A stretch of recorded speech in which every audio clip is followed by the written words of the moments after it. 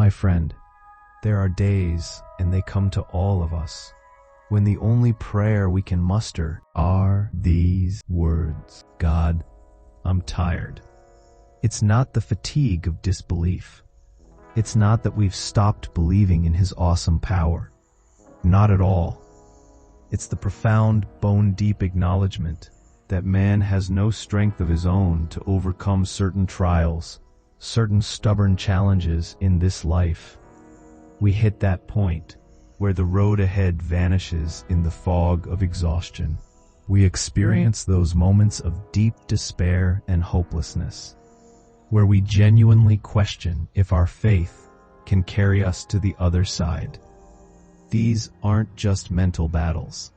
They often come with a physical weight, the heavy, crushing sadness that makes it difficult to breathe, difficult to think clearly. We feel the strain, the utter depletion of our reserves. But even then, through the haze of that feeling, the bedrock holds. We know, with absolute certainty, that we have a Father who is moved by the feeling of our infirmities. That knowledge, the intimate, compassionate understanding, is what keeps us anchored in faith. It is the very reason we can read Hebrews 4:15 and find comfort. For we do not have a high priest who is unable to sympathize with our weaknesses, but one who in every respect has been tempted as we are, yet without sin. He is the God that sees us. He feels what we feel, and He has shown us His love in many ways. It reminds us about the incredible story of Jesus and the immense love that kept Him on the cross, the ultimate act of carrying a burden that wasn't His. And when those times of isolation creep in, when we feel utterly alone, perhaps misunderstood by the world, we are encouraged to remember that God desires relationship, not just resilience. He is teaching us, friend, to walk by faith rather than by sight. The enemy, often represented as the devil, is cunning. He doesn't always hit us with a battering ram. Sometimes he comes with the subtle, distracting temptations of ease and comfort that ultimately lead us away from our true, higher calling. But listen closely. The very struggles you are experiencing, this exhaustion, this deep weariness, it is evidence that you have not succumbed to his temptations.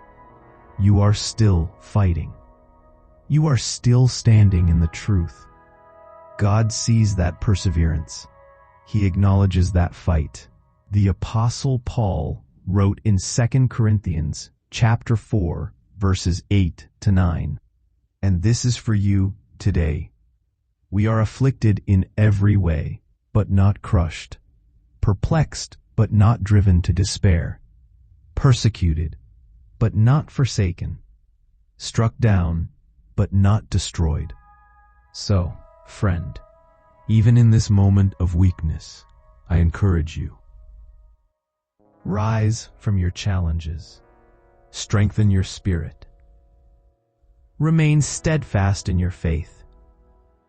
Even in the face of shattered dreams or instability that makes the ground beneath your feet feel like shifting sand, be assured that you will not be broken by these trials.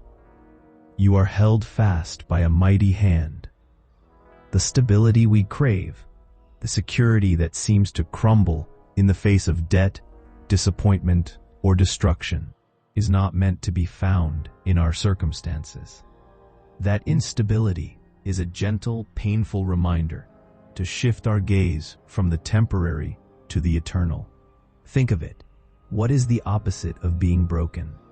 It is being built up.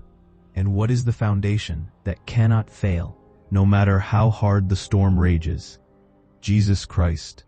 That's why 1 Corinthians 3, verse 11 rings so true. For no one can lay a foundation other than that which is laid, which is Jesus Christ. You are being assured that you will not be broken by these trials, because your foundation is secure. You are not built on shifting sand. you are built on the rock. The exhaustion you feel is the sign of a life being refined, not rejected. It's the sign that God is stripping away your reliance on human strength so that His divine strength can be made perfect in your weakness. Remember what the Lord told Paul when he pleaded for relief from his own severe hardship. 2 Corinthians 12, verse 9. My grace is sufficient for you, for my power is made perfect in weakness. Take a moment to reflect on the truth of these words that are anchor to our souls, dear friend. Your fatigue is the perfect canvas for His power. Your emptying of self is the invitation for Him to fill you completely. This process of walking by faith, where sight offers no assurance, is what matures us.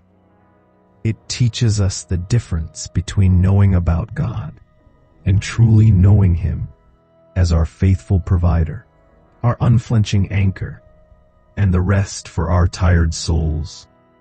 So when the sadness feels heavy and the future feels uncertain, hold fast to that understanding. Your Father is intimately familiar with your infirmities.